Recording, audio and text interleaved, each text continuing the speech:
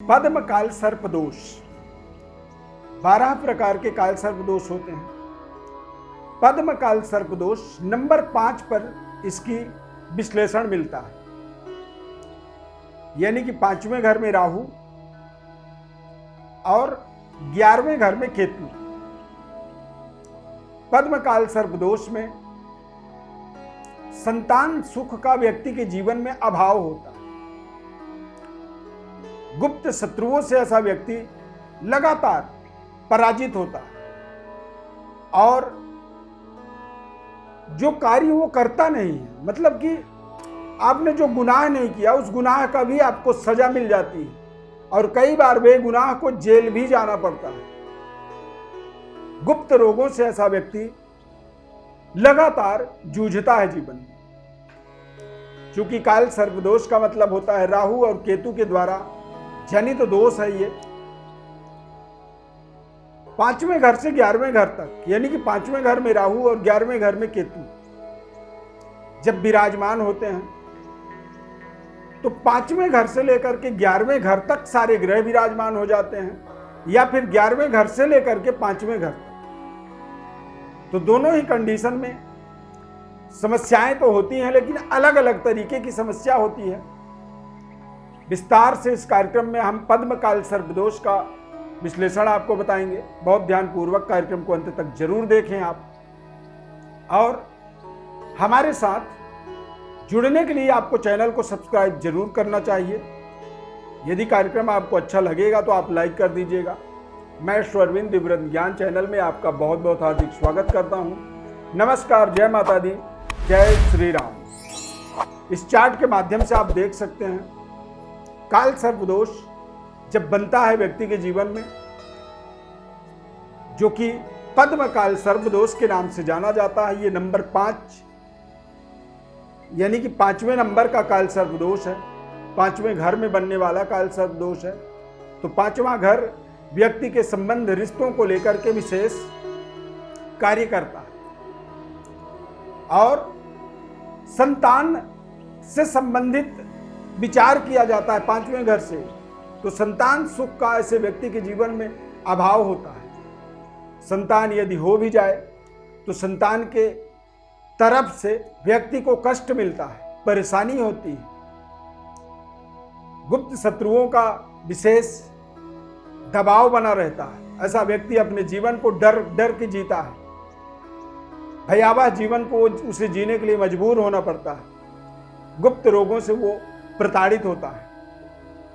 कोई बीमारी यदि हो जाए ऐसे व्यक्ति को तो लंबे समय तक वो बीमारी चलती रहती है। ऐसे व्यक्ति को पत्नी से धोखा मिलता है या फिर जीवन साथी से धोखा मिलता है। ऐसे व्यक्ति के मित्रों से विश्वासघात होती है। ऐसा व्यक्ति यदि शेयर बाजार में, सट्टा में, लॉटरी में पैसा कमाने की बुद्धि रखे तो वहां पर भी उसको लगातार नुकसान का सामना करना पड़ता है। ऐसे व्यक्ति के हाथ में चोट लगने का बहुत बड़ा निशान रहता है। यदि इस तरह आपके जीवन में कोई भी समस्या है, इस काल सर्प दोष से आप प्रभावित हैं, यानी कि पद्म काल सर्प दोष से प्रभावित हैं, तो जरूर कार्यक्रम को अंत तक देखें, क्योंकि अंत में इसका सटीक उपाय आपको बताएंगे, एक सरल उपाय बताएंगे। अब 5वें घर से यदि 11वें घर तक ही सारे ग्रह विराजमान हो जाएं, तो ऐसे व्यक्ति के जीवन में कारोबार व्यापार में पार्टनरशिप नहीं चल पाती है। व्यापारिक डेवलपमेंट के लिए प्रयास तो बहुत करता है, परंतु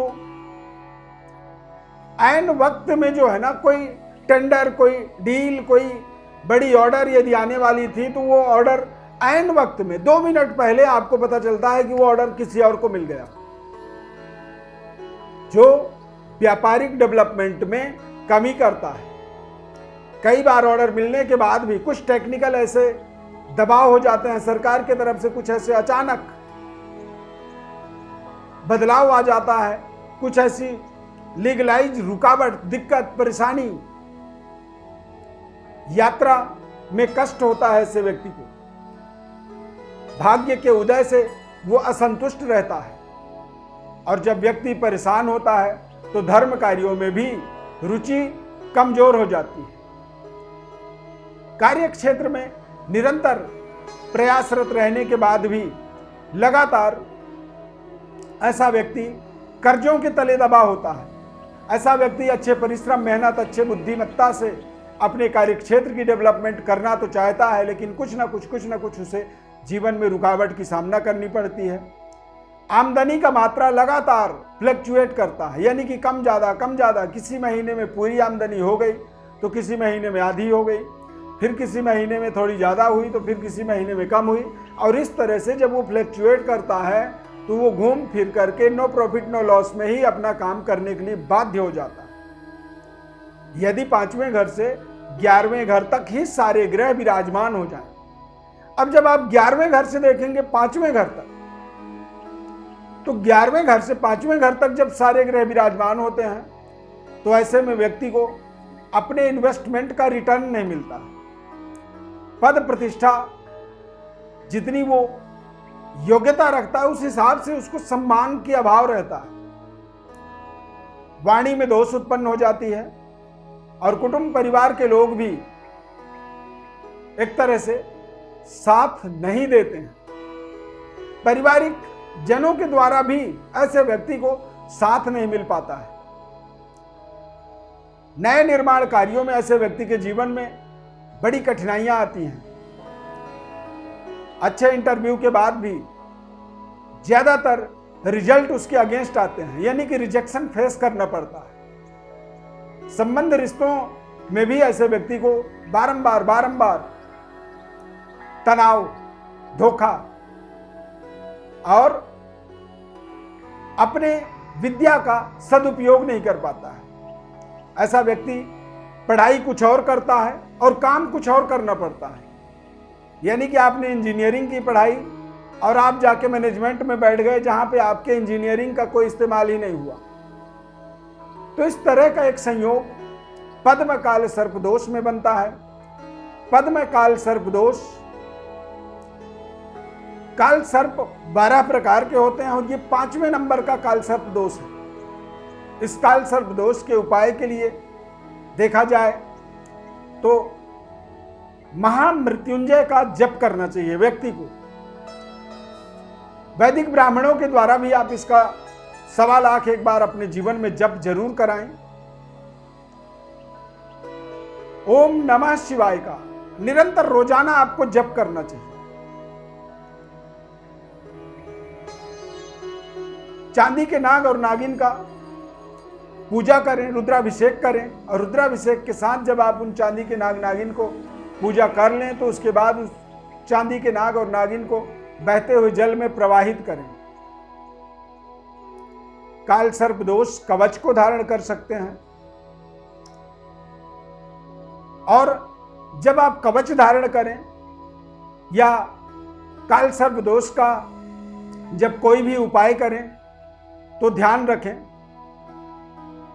कि उपाय के बाद यदि आप चांदी के नाग नागिन को मान लीजिए किसी बहते हुए जल में प्रवाहित करते हैं तो वहां से आप अपने पुराने पहने हुए सभी वस्त्र इत्यादि सब कुछ वहीं छोड़ करके आ जाएं और नए वस्त्र वहां से धारण करके रिटर्न आपको आना चाहिए वापस। तो जब इस विधि विधान के माध्यम से आप अपने जीवन में इस उपाय को करते हैं तो इससे आपके जीवन का जो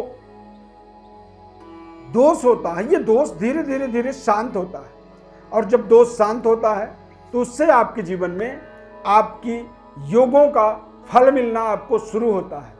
यानी कि आप अपने मकसदों में, अपने उद्देश्यों में पूर्णता प्राप्त करते हैं और वो उद्देश्य जब आपके पूर्ण होते हैं तो आप अपने जीवन में अपने सभी प्रकार की मनोकामनाओं को पूरा कर पाते हैं। राहु और केतु की शांति जीवन में इसलिए जरूरी होता है क्योंकि ये बहुत तेज गति से हमारे जीवन में अपना प्रभाव फैला देते हैं, नकारात्मक हो या सकारात्मक। कई बार आप सकारात्मक फले दिन का पा रहे होते हैं तब भी ये बहुत तेज गति से जीवन में रिजल्ट दे देते हैं और कई बार नकारात्मक फलों को भी ये बहुत तेज गति से हमारे सब बने बनाए कामों में एक तरह से विघ्न उत्पन्न कर देते हैं।